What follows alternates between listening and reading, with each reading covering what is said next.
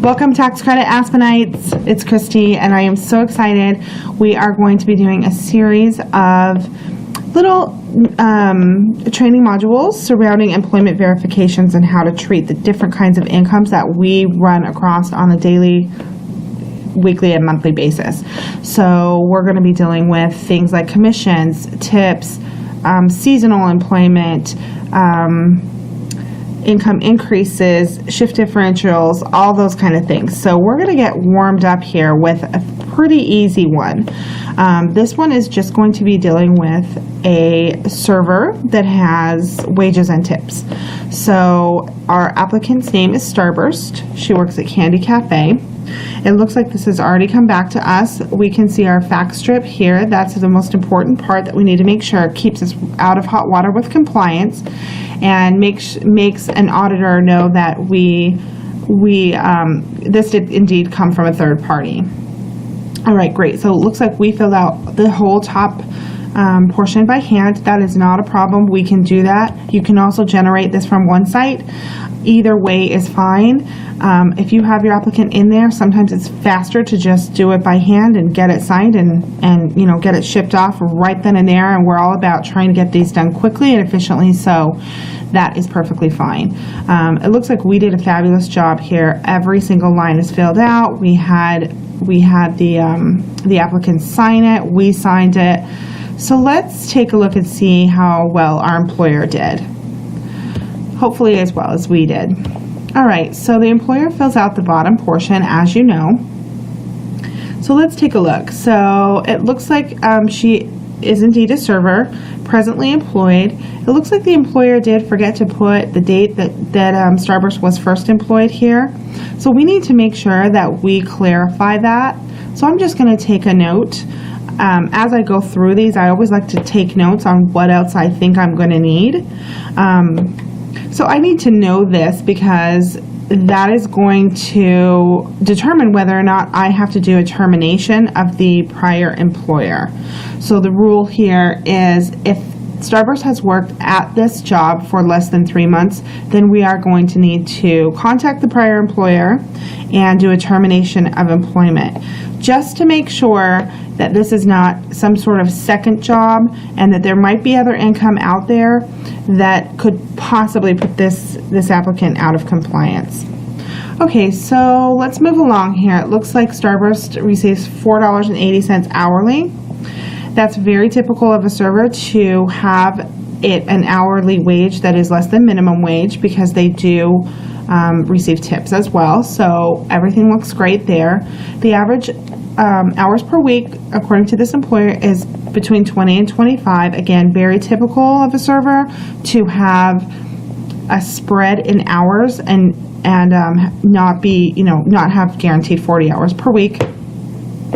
So it looks like our employer was amazing and actually read our fax cover sheet and is writing none on the overtime and the shift differentials. That's fantastic. We don't always get such savvy employers, so we're not going to have to do any clarifications there.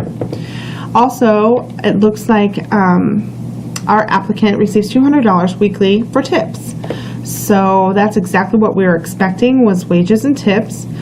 Again, amazing employer, none, and none in regards to all of our questions for increases, seasonal, and any layoffs that might be coming up.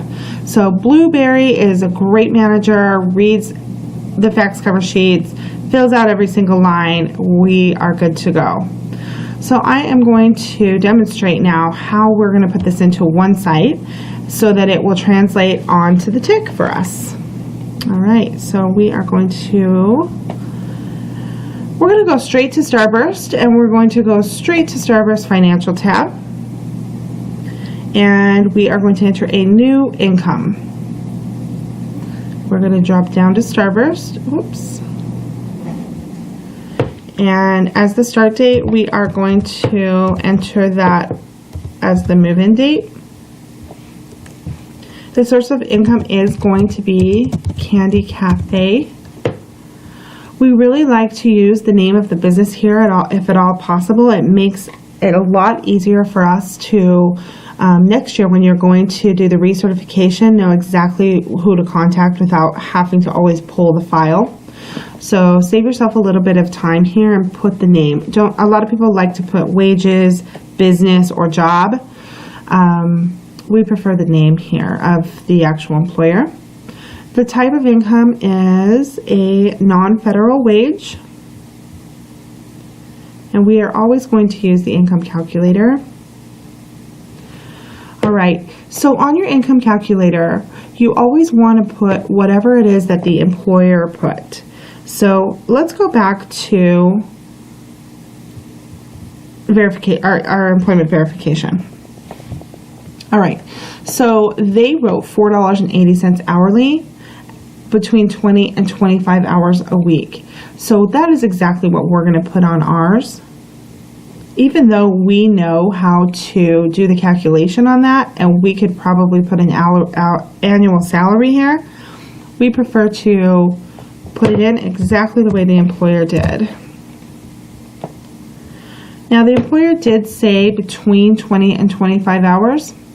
For tax credit purposes, we are always going to go ahead and use that larger number and maximize the income. Okay, so 25 hours per week.